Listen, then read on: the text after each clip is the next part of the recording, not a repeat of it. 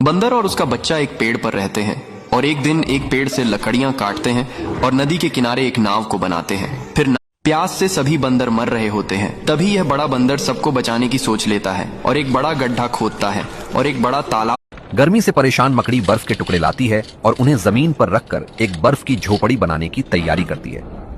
अब ये दादी और बंदर दूर दूर से बर्फ को लाते हैं। फिर दादी और बंदर दोनों एक आइस हेलीकॉप्टर को बनाने लगते हैं। अब धीरे धीरे गर्मी इतनी ज्यादा बढ़ गई है कि ये बच्चा बर्फ को खा लेता है। फिर भी बच्चे को ठंडक नहीं मिलती है तो ये बच्चा एक फ्रिज के अंदर बैठ जाता है। किसान गर्मी से परेशान होकर पानी में नहाता है। गर्मी कम नहीं होती है तो कबूतर के पास जाकर कबूतर को उठाकर पटकता है। फिर बंदर इस गर्मी में एक पेड़ पर रहता है। फिर तेज गर्मी में बंदर बर्फ का घर बनाता है और बर्फ का ही बेड बनाकर उस पर सोता है। पर इतनी कड़क धूप। This child is driving a car and comes to the city. People are running away to save their lives out of fear. Then the child दादी तेज गर्मी से बेहाल हो जाती है तो घर के सभी तरबूजों का जूस बनाकर पी जाती है। फिर भी दादी की गर्मी शांत नहीं होती। आदमी का ये बंदर बहुत बड़ा नशेड़ी होता है। एक दिन ये बंदर सिगरेट पी रहा होता है। तभी बंदर का मालिक देख लेता है और उसे डंडे से मारकर भगा देता है। एक बड़ा बंदर स्विमिंग पूल में नहा रहा था और तैरना सीख रहा था। तभी ये बच्चा नल से स्विमिंग पूल का सारा पानी टैंक में भरकर रेगिस्तान में आग के ओले गिरने लगे। बंदर जान बचाकर वहां से भागता है।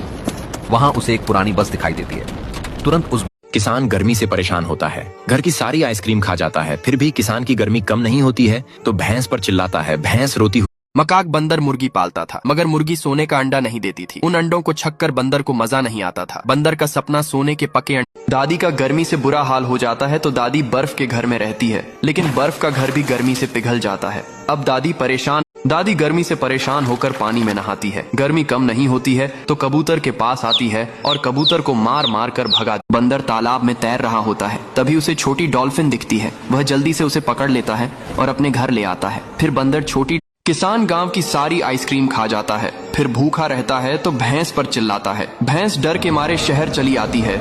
ये बंदर कड़कती धूप में पेड़ पर रहता है। फिर एक स्विमिंग पूल में नहाने लगता है और गर्मी से बच जाता है। तभी एक काला बंदर आता है। ये बंदर बिस्किट बनाने की मशीन लाता है और मजे से बिस्किट बना कर खाता है।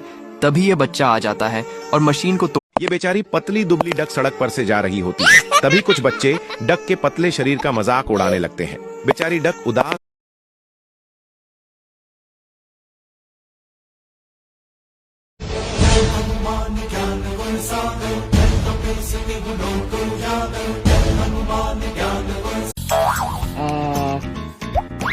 Cak cak cak cak cak cak.